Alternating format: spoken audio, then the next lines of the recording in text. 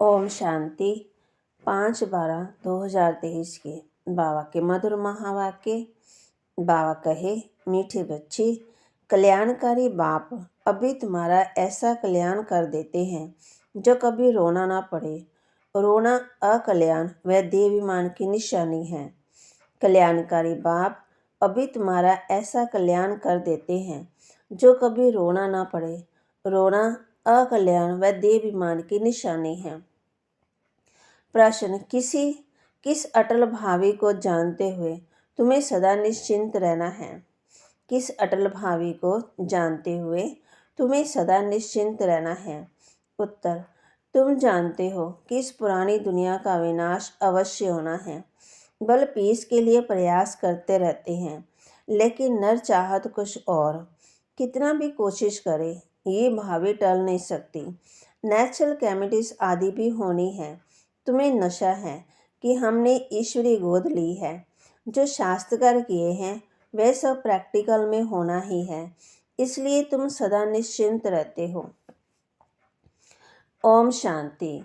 विश्व में मनुष्यों की बुद्धि में भक्ति मार्ग का गायन है ना, क्योंकि अभी भक्ति मार्ग चल रहा है। यहाँ फिर भक्ति का गायन नहीं है। यहाँ तो बाप का गायन करते हैं। बाप की महिमा करनी होती है। जिस बाप से इतना ऊंच वर्षा मिलता है, भक्ति में सुख नहीं है। भक्ति में रहते हुए भी याद तो स्वर्ग को करते हैं। मनुष्य मरते हैं तो कहते हैं स्वर्गवासी हुआ, तो खुश होना चाहिए। जबकि स्वर्ग में जन्म लेते तो फिर रोने की तो दरकार ही नहीं। वास्तव में ये सच्ची बात तो नहीं है कि स्वर्गवासी हुआ, इसलिए रोते रहते हैं। अब इन रोने वालों का कल्याण कैसे हो? रोना दुख की निशानी है। मनुष्य तो रोते ही हैं। बच्चे जन्मते हैं तो भी रोते हैं, क्योंकि दुख होता है। दुख नहीं होगा तो जरूर खुश रहेंगे। रोना तब आता है जब कोई ना कोई अकल्याण होता है। सतयुग में कभी अकल्याण नहीं होता है, इसलिए वहाँ कभी रोते नहीं। अकल्याण की बात ही नहीं होती। यहाँ कभी कमाई में घाटा पड़ता है तो या कभी अन्न नहीं मिलता तो दुख होते, दुख में रोते हैं। भगवान को याद करते हैं कि आकर के सबका कल्याण करो। अगर सर्वव्यापी है तो किसको याद करते? कौन कल्याण करे? परमपिता परमात्मा को सर्वव्यापी मानना बड़े से बड़ी भूल है। बाप है सबका कल्याणकारी, वह एक ही कल्याणकारी है, तो जरूर सबका कल्याण करेंगे। तुम बच्चे जानते हो, परमपिता परमात्मा हमेशा कल्याण ही करते हैं। अब वह परमपिता परमात्मा कब आए जो विश्व का कल्याण करे? विश्व का कल्याण करने वाला और तो कोई है ही नहीं।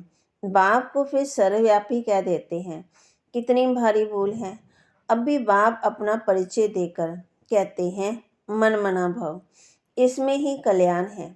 सज्ज त्रेता में कोई भी हालत में अकल्याण होता नहीं। त्रेता में भी जबकि राम राज्य है तो वहाँ शेर बकरी इकट्ठे जल पीते हैं। हम राम सीता के राज्य की इतनी स्तुति नहीं करते, क्योंकि 2 कला कम हो जाने के बाद कुछ न कुछ सुख मिलता है। हम तो पसंद करते हैं स्वर्ग जो बाप स्थापन करते हैं, उसमें पूरा वर्षा पाए तो बहुत अच्छा है। ऊंच से ऊंच बाप से वर्षा ले, हम कल्याण करें। हर एक को अपना कल्याण करना है श्रीमत पर। बाप ने समझाया है, एक है आसुरी संप्रदाय, दूसरा है दैवी संप्रदाय। अभी एक तरफ रावण राज्य, दूसरी तरफ है दैवी संप्रदाय स्थापन हो रहा है। ऐसे नहीं कि अब भी दैवी संप्रदाय है। आश्रय संप्रदाय को दैवी बना रहे हैं। कहेंगे दैवी संप्रदाय को सतयुग में होता है। बाप कहते हैं इस आश्रय संप्रदाय को दैवी संप्रदाय भविष्य के लिए बनाता हूँ। अभी है ब्राह्मण संप्रदाय, दैवी संप्रदाय बन रहा है। गुरु नानक ने भी कहा मनुष्य देवता, परंतु कौन से मनुष्य हैं जिनको देवता बनाएंगे? वह ड्रामा के आदि मध्यंत को तो जानते नहीं। सृष्टि के आदि में जो लक्ष्मी नारायण शिष्टाचारी हैं, वह भी आदि मध्यांत को नहीं जानते, त्रिकालदर्शी नहीं है। आगे जन्म में त्रिकालदर्शी थे, सुदर्शन चक्रधारी थे, तब ये राज्य पद पाया। उन्होंने फिर सुदर्शन चक्र दे दिया विष्णु को। तो ये भी समझाना है कि सुदर्शन चक्रधारी ब्राह्मण हैं तो मनुष्य बाबा कहते हैरान होंगे। वह तो श्री कृष्ण को भी कह देते हैं, विष्णु को भी कह देते हैं। ये तो जानते नहीं कि विष्णु के दो रूप लक्ष्मी नारायण हैं। हम भी नहीं जानते थे। विष्णु तो हर बात में कह देते हैं भावी। जो होने वाला है उसको कोई टाल नहीं सकते। ये तो ड्रामा है। तो पहले पहले बाप का परिचय दे या ड्रामा का राज समझाए, सो भी जब बाबा की याद हो। पहले पहले बाप का परिचय देना चाहिए। बेहद का बाबा शिव बाबा तो मशहूर है, रुद्र बाबा भी नहीं कहते, शिव बाबा नामी ग्रामी है। बाप ने समझाया है कि जहाँ जहाँ भक्त हैं उन्हों को जाकर समझाओ। अखबार में भी पढ़ा था। मनुष्य कहते हैं तो बाबा कहते हैं, मनुष्य कहते हैं कि तेरे अंदर मेरे अंदर भी भगवान है। बाप कहते अखबार में पढ़ा था, कहते हैं कि हिमालय की इतनी मल्टी मिलियन एज है, अब हिमालय की कोई आजू होती है क्या? ये तो सदा है ही। हिमालय कभी गुम होता है क्या? ये भारत ही अनादि है, कब रचा गया उसकी एज नहीं निकाल सकते। वैसे हिमालय के भी नहीं कह सकते कि वह ये कब से है। इस हिमालय पहाड़ की आयु गिनी नहीं जाती। ऐसे थोड़ी कहेंगे कि आकाश की व समुद्र की आयु इतनी है। हिमालय की आयु कहते हैं तो समुद्र की भी बहुत बताएं। कुछ भी जानते नहीं। यहाँ तो तुमको बाप से वर्षा पाना है। यह है ईश्वरीय फैमिली।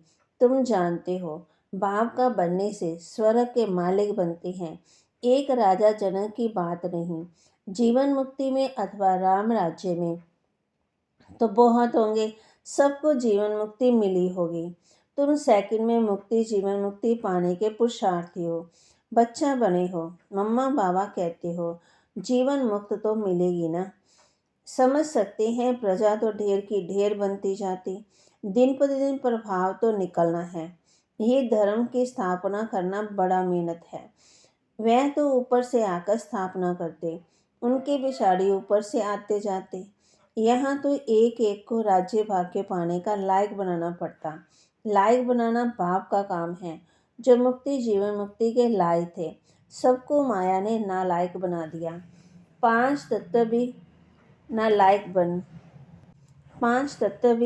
नालायक बने, फिर लायक बनाने वाला बाप है। तुम्हारा अभी सेकंड सेकंड जो पुरुषार्थ चलता है, समझते हैं कल पहले भी फलाने ने ऐसा ही पुरुषार्थ किया था।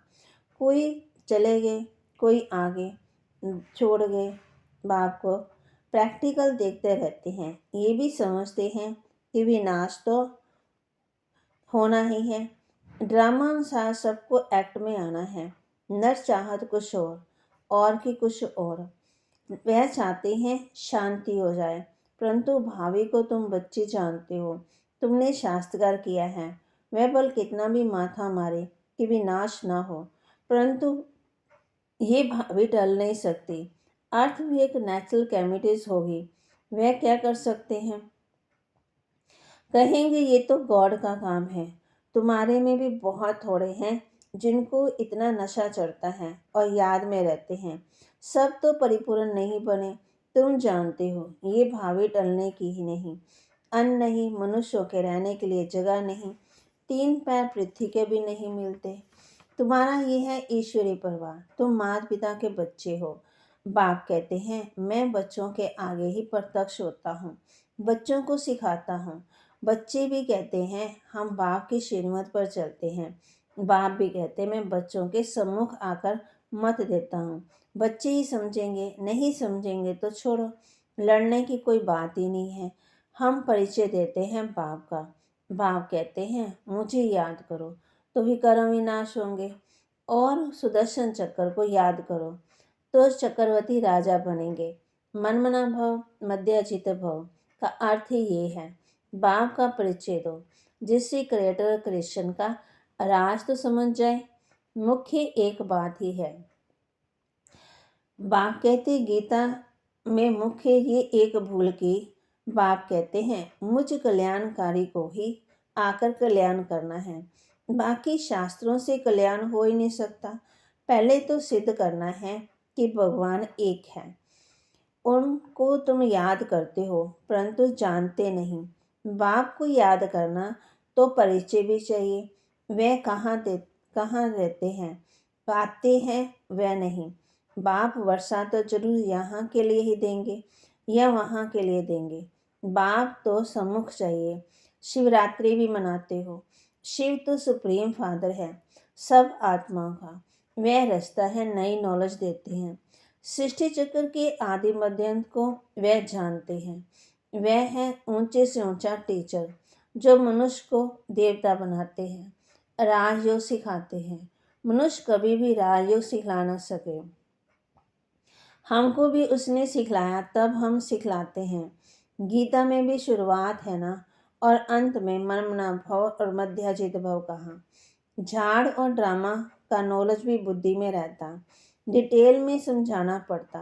रिजल्ट में फिर भी एक बात आती है, बाप और वर्षे को याद करना है।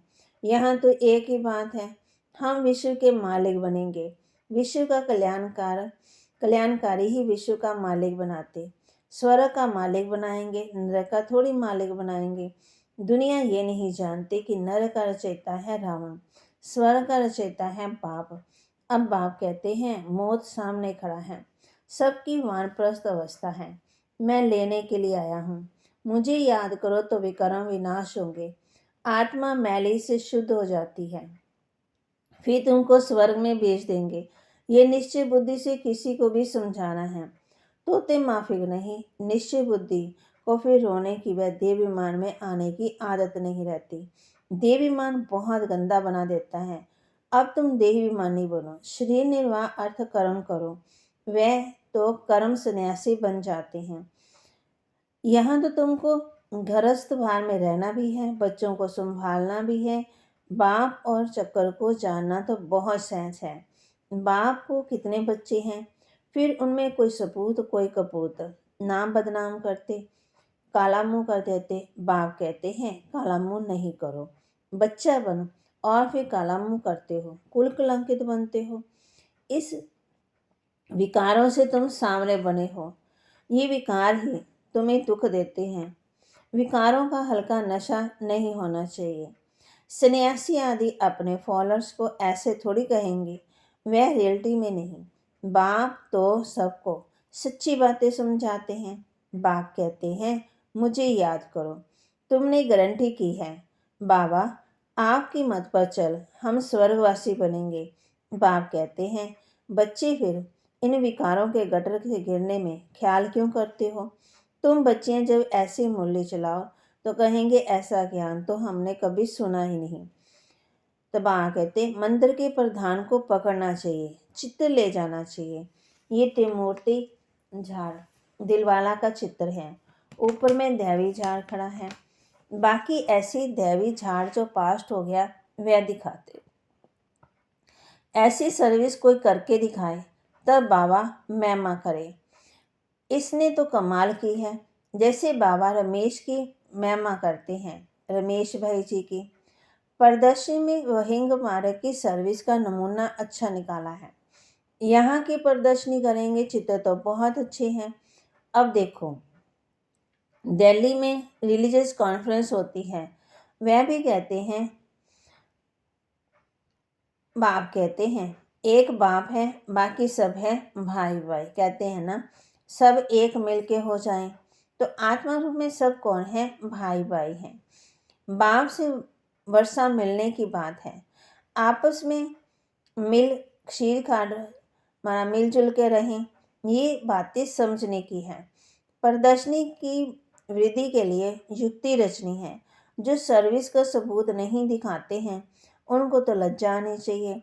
अगर 10 नए आए हैं तो और 8-10 मर भी गए तो इससे फ़ायदा क्या हुआ।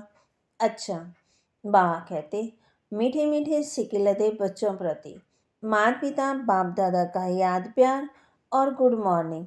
रूहानी बाप की रूहानी बच्चों को नमस्ते। रूहानी बच्चों की रूहानी बाप दादा को दिलवा जान सिकवा प्रेम से नमस्ते। धारणा के लिए शरीर निर्वाह अर्थ काम करते देही विमानी रहने का अभ्यास करना है। किसी भी परिस्थिति में रोना व देहाभिमान में नहीं आना है। शरीर निर्वाह अर्थ काम करते देहाभिमानी रहने का अभ्यास करना है। किसी भी परिस्थिति में रोना व देहाभिमान में नहीं आना है। श्रीमत पर अपना और दूसरों का कल्याण करना है। सपूत बन बाप का नाम बाला करना है। श्रीमत पर अपना और दूसरों का कल्याण करना है। सपूत बन बाप का नाम बाला करना है। वरदान, व्यर्थ संकल्पों को समर्थ में परिवर्तन कर सहज योगी बनने वाली समर्थ आत्मा भव। व्यर्थ संकल्पों को समर्थ में परिवर्तन कर सहज योगी बनने वाली समर्थ आत्मा भव। कई बच्चे सोचते हैं कि मेरा पाठ तो इतना दिखाई नहीं देता, योग तो लगता नहीं, अशरीरी होते नहीं, ये है व्यर्थ संकल्प। इन संकल्पों को परिवर्तित कर समर्थ संकल्प करो कि याद तो मेरा स्वधर्म है, मैं ही कल्प कल्प का सहयोगी हूँ। मैं योगी नहीं बनूंगा तो कौन बनेगा। कभी ऐसे नहीं सोचो कि क्या करूँ, मेरा शरीर तो चल नहीं सकता, ये पुराना शरीर तो बेकार है।